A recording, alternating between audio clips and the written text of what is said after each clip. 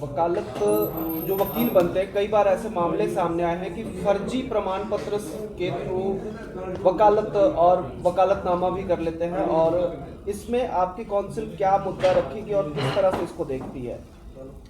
Bar council में already जहाँ तक मेरे को पता है एक प्रॉपर कमेटी होती है, डिसिप्लिनरी कमेटी होती है, और डेफिनेटली इस तरह के केसेस की जो फॉर्जरी की बात आपने करी, देयर इज़ प्रॉपर चैनल कि आप जब एनरोल किए जाते हो तो चेकिंग होती है, आप किस यूनिवर्सिटी से पढ़ के आए हो, कोई ब्लैक लिस्टेड यूनिवर्सिटी तो नहीं है, तो उसकी वेरिफिकेशन भी बार काउंसिल भेजती है। तो मेरे ख्याल से वो प्रॉपर है। जो लोग फॉर्जरी करते हैं ऐसे लोगों के खिलाफ बार एसोसिएशन जो है, अगर सामने आता है कोई ऐसा, जैसे मेरे को हाई कोर्ट का याद है, तो हमारे ऑनरेबल प्रेसिडेंट ने पकड़ा भी था उनको, जो लोग वकील के भेष में रहते थे। हिसार का भी मेरे को एक मामला याद है।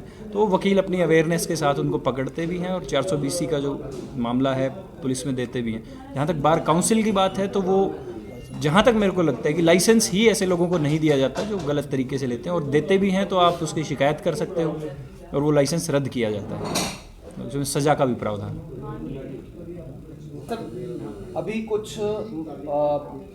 कुछ समय से देखा जा रहा है कि पूरे देश में वकीलों के साथ बदसलूकी की जा रही है, थाने से लेकर और टोल प्लाजो तक। कई ऐसे सोशल मीडिया पर भी वीडियो वायरल हैं। इसके लिए आपकी बार काउंसिल क्या रखेगी? क्या उन वकीलों का साथ, जिस तरह से देखा गया है कि वकीलों ने खूब बढ़ चढ़कर उनका साथ निभाया, लेकिन बार काउंसिल द्वारा कोई भी हस्तक्षेप नजर नहीं आया उनमें, तो इसमें आपकी पार्टी या फिर जो प्रधान बनने जा रहे हैं वो क्या रखेंगे इस मामले में?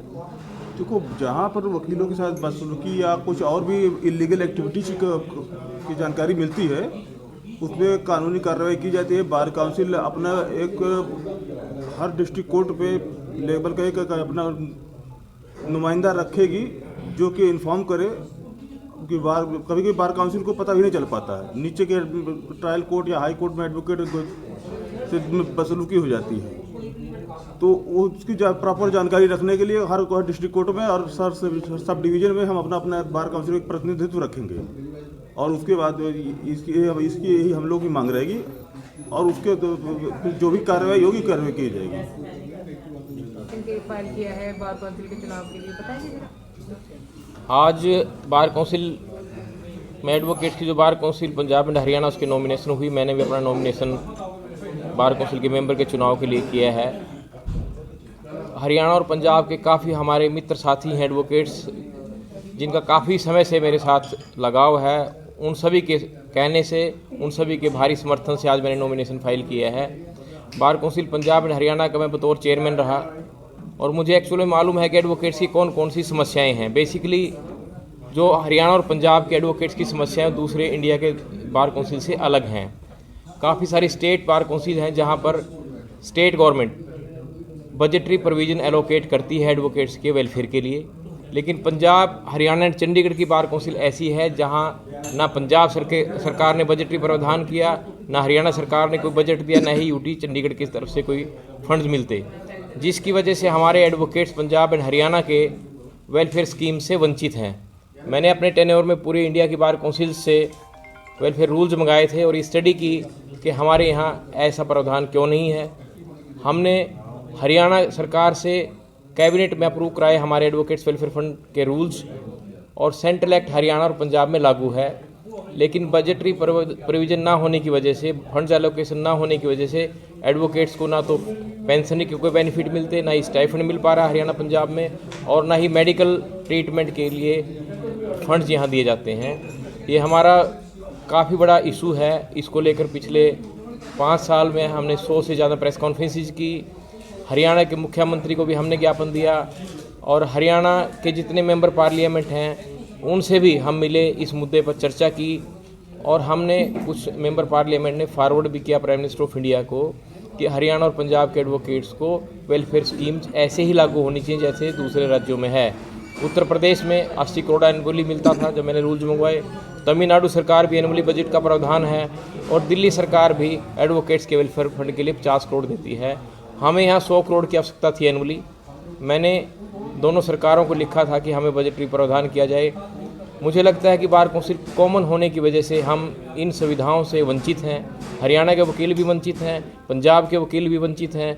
मेरा मुख्य जो मुद्दा है और एजेंडा है जिसकी वजह से मेरे दोस्तों का मुझे प्रेशर था कि आप बार काउंसिल का चुनाव लड़ें और इसको प्रभावी ढंग से हरियाणा और पंजाब में लागू कराया जाए।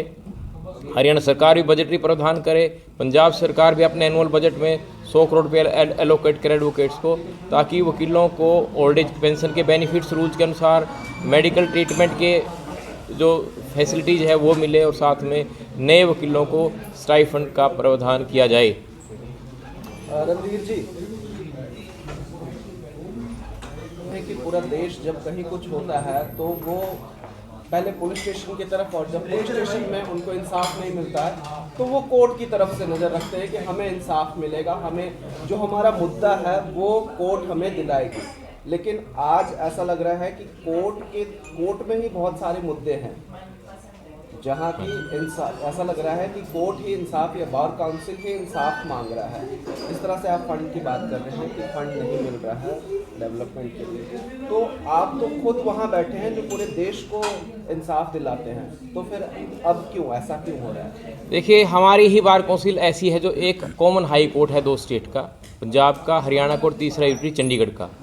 कॉमन बार काउंसिल है एक हाई कोर्ट होने की वजह से, इसीलिए इस बजट की प्रावधान नहीं हो पाए। कॉमन ही एडवोकेट्स की लिस्ट है, पंजाब सरकार भी चाहती है कि उनके एडवोकेट्स को बेनिफिट मिले, हरियाणा भी चाहता है, लेकिन कॉमन बार काउंसिल होने की वजह से फंड्स एलोकेशन में मेरा जो मानना है वो प्रॉब्लम है। इसीलिए हमने मांग की कि हरियाणा की अलग बार काउंसिल बन जाए, पंजाब की अलग बार काउंसिल बन जाए और यूटी चंडीगढ़ की अलग बार काउंसिल बने, ताकि एडवोकेट्स को जो 100 या 200 करोड़ रुपये एनुअली बेनिफिट मिलना है वो मिले। जब ये बार काउंसिल अलग होगी, मुझे यकीन है कि हरियाणा सरकार भी सफिशिएंट फंड देगी, एलोकेट करेगी, और पंजाब सरकार भी एडवोकेट्स को बजटरी प्रावधान करके सारी बेनिफिट्स देगी। 2019 में भी ये मुद्दा उठाया गया था, तो क्या 5 वर्षों में ये चीज़ नहीं हुआ? देखिए, डेमोक्रेसी में पब्लिक ओपिनियन मैटर करता है। बार काउंसिल अलग करने के लिए पार्लियामेंट में एक्ट में अमेंडमेंट की ज़रूरत है। जब हाई कोर्ट अलग होगा, बार काउंसिल अलग होगी, तब ये सारे बेनिफिट्स मिल पाएंगे। ये बड़ा मुद्दा है अलग हाई कोर्ट बनाने का, अलग बार काउंसिल बनाने का। इसमें दोनों राज्य सरकारों की तरफ से प्रस्ताव जाए और फिर पार्लियामेंट में एक्ट में अमेंडमेंट की आवश्यकता है। इसके लिए हमें एडवोकेट्स को और प्रयास करने की आवश्यकता है। हमारी लगातार इसमें प्रयास है और हमें पूरी उम्मीद है कि आने वाले कुछ समय में ये हमारा जो मुद्दा है सोल्व होगा और एडवोकेट्स हरियाणा और पंजाब के भी सभी जो फैसिलिटीज़ हैं जैसे दूसरे राज्यों में हैं, एडवोकेट्स को मिल पाएंगी। कहीं ना कहीं देखा जाता है जो वकील है उनके साथ कई जगह मारपीट भी हो रही है, टोल प्लाजा की बात की जाए या फिर पुलिस थाने की। देखिए, एडवोकेट्स का प्रोटेक्शन एक्ट राजस्थान में बन चुका है। हरियाणा को और पंजाब सरकार को भी मैंने लिखा था कि एडवोकेट्स का प्रोटेक्शन एक्ट बनना चाहिए। इसके लिए हमारे प्रयास रहेंगे। नई बार काउंसिल अभी कॉन्स्टिट्यूट होगी, हम हरियाणा में भी एडवोकेट्स प्रोटेक्शन एक्ट लेके आएंगे, बनवाएंगे सरकार से। इसमें हमारे प्रयासों की आवश्यकता है। जब एडवोकेट्स प्रोटेक्शन एक्ट बन जाएगा, ये काफ़ी सारी समस्याएं जो एडवोकेट्स के साथ मार पिटाई की सामने आई या झगड़े की बात आई, वो दूर होगी। आज का जो समय है, क्राइम बढ़ रहा है, इसी वजह से एडवोकेट्स भी कहीं ना कहीं शिकार बनते जा रहे हैं। आप पिछला डाटा उठा के देखिए, आज हरियाणा में 9 लाख के आसपास क्रिमिनल केसेज हैं, पंजाब में भी 4 लाख क्रिमिनल केसेज हैं। जो क्राइम बढ़ रहा है उसमें जैसे डॉक्टर्स की भी एक प्रोटेक्शन एक्ट बन गया, इस तरह एडवोकेट्स का भी एडवोकेट्स प्रोटेक्शन एक्ट की ज़रूरत है और बनेगा। इसी के लिए हमारे प्रयास हैं। मेरा वादा है पंजाब एंड हरियाणा के एडवोकेट्स को कि मेरा संघर्ष जारी रहेगा और हम इसके लिए कामयाब होंगे एडवोकेट्स प्रोटेक्शन एक्ट बनाने के लिए। रणधीर जी, वकील जो है वो आपको ही क्यों वोट दें? देखिए, मैं ये नहीं कहता कि मुझे ही क्यों वोट दें। एडवोकेट्स देख लें कि एडवोकेट्स कम्युनिटी के लिए कौन ज़्यादा संघर्ष कर सकता है, एडवोकेट्स के लिए कौन काम कर सकता है। मेरा एक ट्रैकिंग रिकॉर्ड देख सकते हैं। मैंने एक बार 10 दिन के लिए अमर अनशन किया था एडवोकेट्स की मांग को लेकर, और लगातार पिछले 10 साल से शायद ही कोई दिन ऐसा हो जिस दिन में एडवोकेट्स की समस्याओं को लेकर काम न किया हो। प्रेस कॉन्फ्रेंसेज मैंने पिछले 5 साल में 100 के आस प्रेस कॉन्फ्रेंसेज की, चंडीगढ़ में, हरियाणा के अलग डिस्ट्रिक्ट्स में, पंजाब में, और जो सरकारें हैं उनको भी लगातार मेरे ज्ञापन जाते रहे हैं। मेरे टेन्योर में जब मैं चेयरमैन बना तो सबसे पहले हरियाणा में एडवोकेट्स प्रोटेक्शन एक्ट के रूल्स नोटिफाई हुए। तो मेरी अपील ये है कि मुझे ही वोट ना, आप एक एडवोकेट से अपील है कि जो वकील बेहतर कर सकता है बार काउंसिल में रह के, उसको प्रेफरेंस के हिसाब से वोट दो। यदि मेरा काम मैंने अच्छा किया तो मैं इंटाइटल हूँ वोट का। यदि मेरे से भी अच्छा किसी ने काम किया तो एडवोकेट्स फ्री हैं, उसको वोट दे सकते हैं।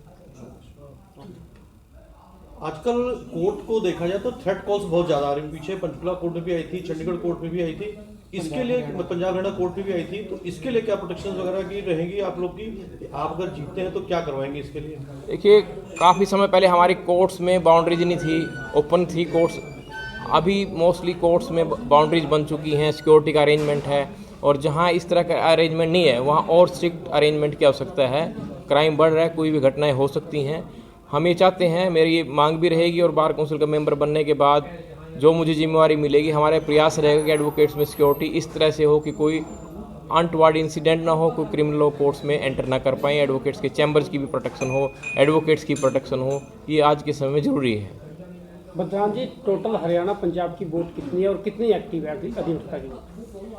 आप पंजाब में, हरियाणा में मैं समझता हूँ 1,40,000 से ज़्यादा इनरोल्ड एडवोकेट्स हैं, और जो हमारी वोटर लिस्ट आई है वो लगभग 1,15,000 के आसपास वोटर हैं हरियाणा पंजाब में। और इस इलेक्शन में मुझे उम्मीद है काफ़ी अच्छा मतदान भी होगा। एडवोकेट्स जो कंटेस्ट कर रहे हैं उनकी संख्या भी लगभग 150 के आसपास, अभी एग्जैक्ट डाटा नहीं आया, 150 के आसपास एडवोकेट्स कंटेस्ट कर रहे हैं। और अच्छा है, अपने अच्छे नुमाइंदे एडवोकेट चुनकर भेजें ताकि ये जो सारी समस्याएं हैं इनका निदान हो।